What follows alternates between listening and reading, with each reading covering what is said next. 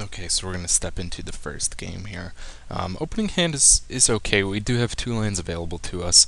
Unfortunately, they're both in the same color, but we do get kind of an out because we do have green mana available to us and a gatekeeper. I'm sorry, gate creeper. So we're going to be able to use that early on and get kind of the blue mana, obviously, that we need. White not so much important. Blue is definitely, as I said, you're kind of your number two color, so you want to make sure that that gets fixed as soon as possible. Let's see, put this down. Opponent's turn, he's going to be, this is a matchup actually against a mono white aggro deck, kind of a white weenie version, a little more casual than the competitive one, but here you see I clearly went for the forest play as opposed to the guild gate. There's a lot of times where you want to, if you have the opportunity, put the guild gates down as soon as possible because of the fact that they do come into play tapped, so you want to get those untapped as fast as possible. But because we have this gate creeper and we want to be filtering out lands, you have to kind of prioritize things. You want to make sure that you have an opportunity. Yes, you want to get that guild gate down and untapped as soon as possible, but you want to make sure that you still have enough mana available to make a play. That kind of the same thing that goes for putting out the gate creeper. If you put that into play and you realize that you need, say you need a plains, or you need an island or just one more mana, then you don't want to get the guild gates automatically. You have to keep in mind, the gate creeper is kind of really good because of the fact that not only can you fetch the gates, but it also allows you to fetch a basic land as well. So, just keep in mind your situation and be aware of that. Don't just automatically grab a gate or put a gate into play just because you know it has to untap as soon as possible. So, opponent puts down Armored Warhorse. Bit troublesome. He's running actually quite a few of these, and I didn't quite realize how annoying they could be. Not necessarily powerful, but annoying. These creatures that have like one more toughness than power. Kind of an interesting thing because you usually see a 2/2 and you're like, okay, simple, we can make a trade. But a 2/3, it's like, okay, all of a sudden I need a bigger creature than his in order to kind of make this trade, and then he's probably not going to attack with it anyways. But anyways, that's beside the point. So finally, you see here I talked about making plays. At this point in time I have nothing but the guild gates. I think even if, say this guild gate here was a basic land, I think the best play is going to be to put that guild gate into play because of the fact that we don't really have a 3-cost play. We could have put out a Pestermite if we had a basic land, but it's kind of early for that, and taking 2 damage is fine. I would rather save that Pestermite for later on, when there's an opportunity to for something more critical that you want to sneak in there, whether it's a block or a tap, either way. So I'm going to take a couple of damage here. I can at any point in time finally block with this gate creeper and use it just, sacrificial. But, it's still in the early game, and taking 2 damage is not hard at all. Still not drawing into a basic land here, so we're going to continue to put this out. One of the kind of downsides about the gate creeper is the fact that it's not quite like a ornithopter. Sorry, blanking for a minute there. Whereas, if you had an ornithopter, which is a 0 attack creature that does not have defender, you could attack with it and sneak in the ninja. But because the gate creeper does have defender, makes it a little less fun to play with the ninja interaction. I am going to put out here finally one of the Pestermites because I did draw into a second. It's still kind of early. I could easily take 4 damage and be okay here, but I'm kind of playing on this idea that he is a white weenie deck, a white aggro deck, so I want to start slowly doing control options. This is not, like a mono black control deck, whereas, if you're running a very heavy kill package, sometimes the best idea for aggro is just kill, kill, kill. We are not running that kind of thing here, so I am going to use kind of sparingly control. I am choosing to tap out his Geist. It really doesn't matter at this point in time because of the fact that it's either way. He's got the 2 powers going to come by, and I'm not going to block. My hope here was that I could use the Pestermite to tap out the Geist, and hopefully he would not be able to play another flying creature, and that means that on my turn, when I attack with the Pestermite, I'd be able to swap in the ninja. So he's going to make a play here. He puts down the Porcelain Legionnaire. And so that paid off a bit. It was a bit of a mistiming on my part.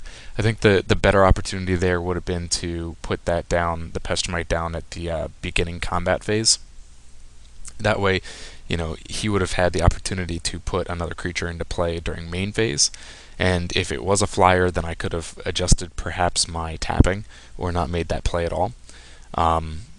And if he had played, the Legionnaire like he did, a non-flyer, then it would be a good move to put the Pestermite out and tap this so that you can swap in the Ninja next turn. So a bit of a timing issue. It didn't really hurt me any. But you see now I'm going to swing with the Pestermite and then swap in the Ninja. When you have ninjas and stuff like this, you want to take the opportunity to make this play before any other. So you see I skipped right past that first main phase so that I could ninja in this guy and draw a card off it. It's nice to be able to do that. You see if I had made a play before swapping in the ninja, I would have had 2 mana available to me and could have only made a play such as Echoing Truth or Puncturing Light if there was an opportunity that presented itself. But because I waited and I attacked first, I drew into this third land. So this gave me an opportunity. If I, say I had a 3-cost, say I had the Centaur or something, I would be able to make that play in that second main phase. It means now that I can replay the Pestermite and do kind of the same exact thing where I tap out the Geist here. So it's something to keep in mind. Definitely want to make sure that if you have something like the Ninja or a creature that is going to draw off damage, that you attack first and then save plays for the second main phase. I think too often people are a little afraid of that second main phase. They figure, okay, first main phase, I have to make any plays I want here. And a lot of times it's much better play to get that play in during the second main. There's really few times, I guess I would say, where that is at a disadvantage to you. So, here putting in the Pestermite once again. I am going to attempt to be tapping out this Chapelgeist. Now, again, a bit of a misplay, I guess, a mistiming. I'm doing this currently during his upkeep. It's not terrible. It is before his draw, so it does decrease the odds that he has something to kind of counter this, which he did anyways. So timing is a little bit off, but again, it's not critical. Either way, apparently he would have had this stave off and would be able to give it protection from blue and prevent me from tapping it.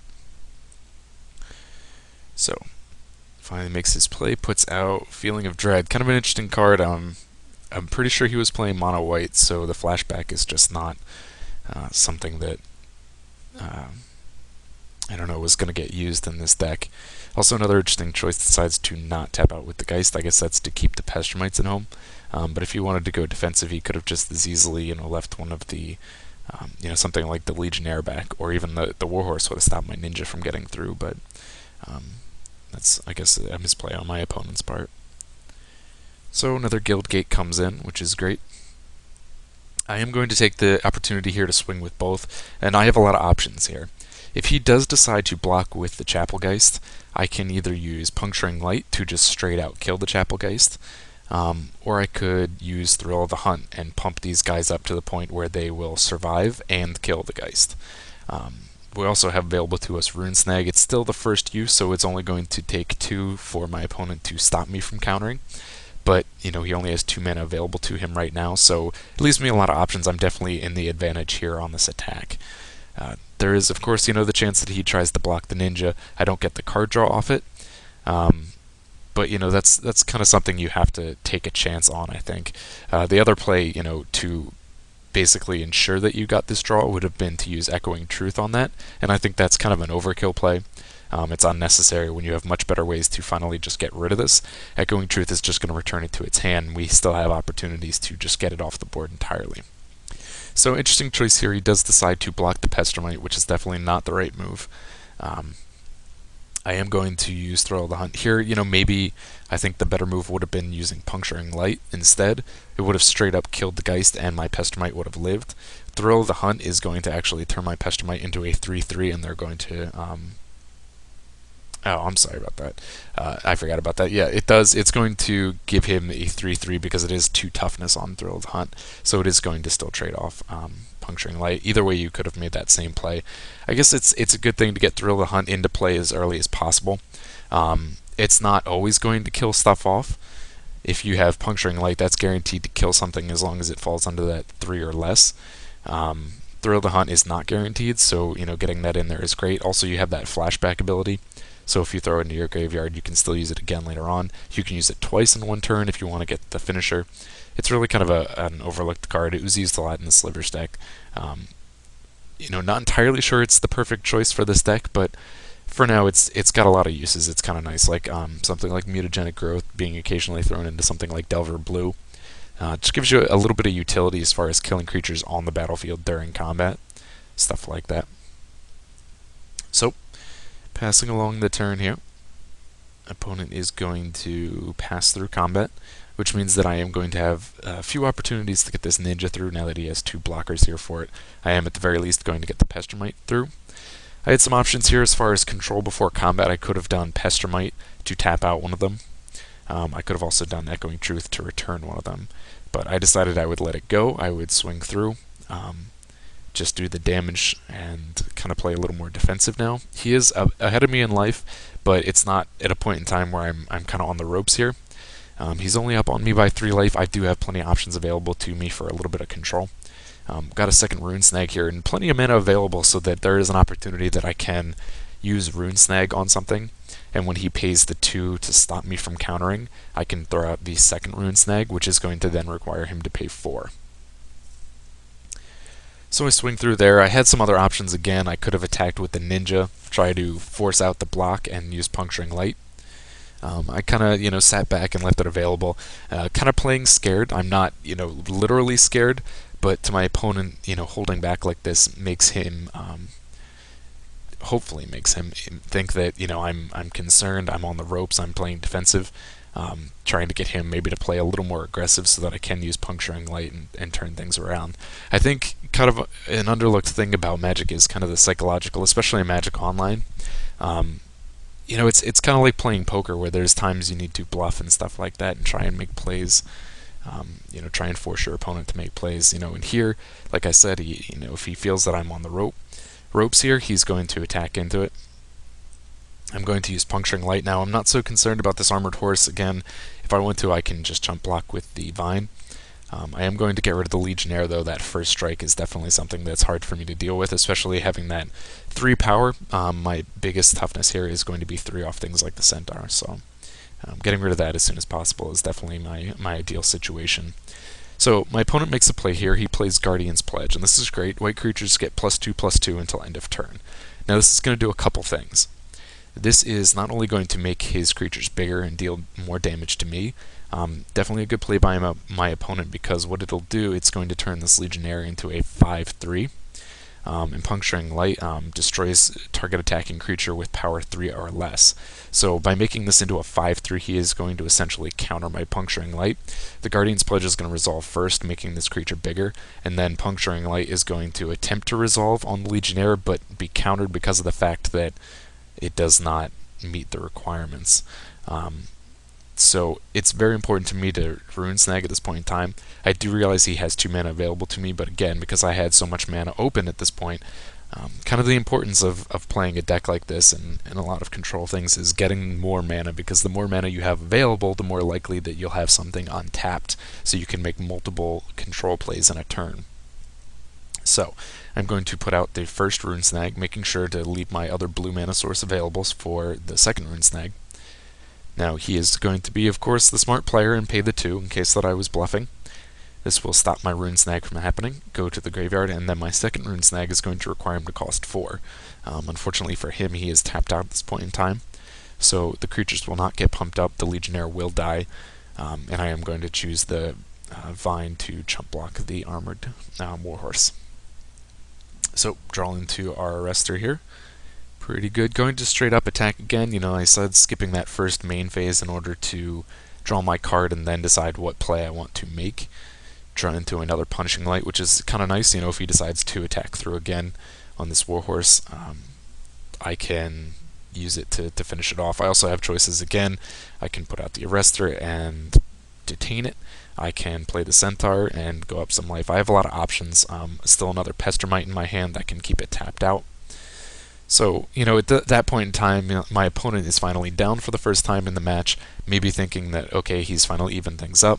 It's getting closer now, but when I put the centaur out, we switch places from the life total on the past turn, and kind of revealing to my opponent that I am ahead of him at this point in time. Now, I did decide to play the Arrestor. Again, I had plenty of options here for controlling this Warhorse. I could even go as far as do nothing, and if he did decide to attack, the Centaur Healer would be there to block it. I kind of did want to find some way to control it, just for the simple fact that I want to still get my Ninja through and do some damage that way. The damage is not so important on the Ninja. What's really important about that Ninja there is that he's drawing me cards. Control really needs card draw, so the more I can get, the better. Now comes the Skyguard. It's going to put him up 2 life, and again, very close game. It was very kind of fun to finally get one. And here I start to make some misplays. So my opponent there puts down Bonds of Faith, and it does make my creature bigger, but cannot attack, cannot block. Basically, consider it pacifism. I'm sorry, it would make him bigger if he was human. So basically, consider it a pacifism. It's basically keeping my Centaur Healer locked down. Now, again, I'm in this situation where I have a lot of options available to me. I can tap stuff out with the Pestermite. I can kill something during blocking with the Puncturing Light. I have Echoing Truth as well. The one thing you don't want to do, though, is use Echoing Truth on the Skyguard, because it just gives your opponent more options to gain life. So I decided to attack through first, and I think this is the right play. This is going to give me a chance to use Puncturing Light. What I wanted to do here is, if he decided to block with the Skyguard or the Warhorse to the Ninja, my idea was using Puncturing Light to get rid of it, so that the Ninja doesn't die. The Ninja is definitely the bigger threat, and the smart player would try to block it. If he does decide to let the Ninja through for whatever reason, I skip my first main so that I can make plays in a reactionary kind of way. He does decide to block the Arrestor, and I do, keep in mind, also have Thrill of the Hunt still in my graveyard that I can flash back to kind of balance these out. So if you think I was just throwing things away, don't forget about that Thrill of the Hunt. He decides to throw away, chump block the Skyguard, which I am going to let him do, and then he was going to have the advantage in blocking the Arrestor, forgetting that I had Thrill of the Hunt. So I am going to flash that back to pump up the Arrestor and trade off for the Armored Horse. This is, kind of the same situation we were in before, where the Pestermite got to be 3/3. Now the Arrestor is 3/3, and it kills off his horse because he did not block the Ninja. Kind of a bad play on his part. I do get to draw a card. And here's where I make the mistake. So I had drawn into Qasali Pridemage. What should have happened at this point in time, especially with this mana available, there's no reason why I should have put down the Pridemage, and I should have immediately used it to get rid of Bonds of Faith. Even if not immediately, that should have been the play I should have used to get rid of Bonds of Faith. Now, I did make kind of a misplay here. That would have been the simple, more aggressive way to do it. I did have another play here. The other play is to use Echoing Truth on my own Centaur. This is not terrible because of the fact that it allows me the chance to gain that life once again when I put the Centaur back into play, and that's great, but I feel like it was not the right play. I feel Echoing Truth should be saved until a point in time where it could be used on a defensive way. It could be used on your opponent's creatures as opposed to my own. He does put down a second Bonds of Faith, which kind of redeems that move. I still think a better play would have been to use Pridemage first, and then if he had the second one, then I could use Echoing Truth. I guess it works out kind of in my favor for the fact that I will be able to attack with the Centaur at this point in time by using the Pridemage. He's the accumulated knowledge. Unfortunately, it's the first one, so the draw off it is not good at all. Here's why I said it does kind of work out in my favor. I do get to use the Pridemage to free up the Centaur at this point in time. It's, like I said, it worked out in my favor because had I used the Pridemage first, Echoing Truth would have meant that I could not attack with the Centaur on this turn. Either way, I guess the bottom line is that you would get the same 3 damage over those 2 turns. It would just alternate when. Definitely the right move, I guess, to concede here. He's definitely at a disadvantage. I do have the mana available for Puncturing Light if he did decide to try and block either one of these creatures. He was going to take 5 damage at the very least here. If he did decide to block, he would be losing his creature and taking 5 damage, going to 5. I am back up to 17 at this point in time thanks to the replaying of the healer. That would have tapped me out, but on the following turns I would have had Pestermite.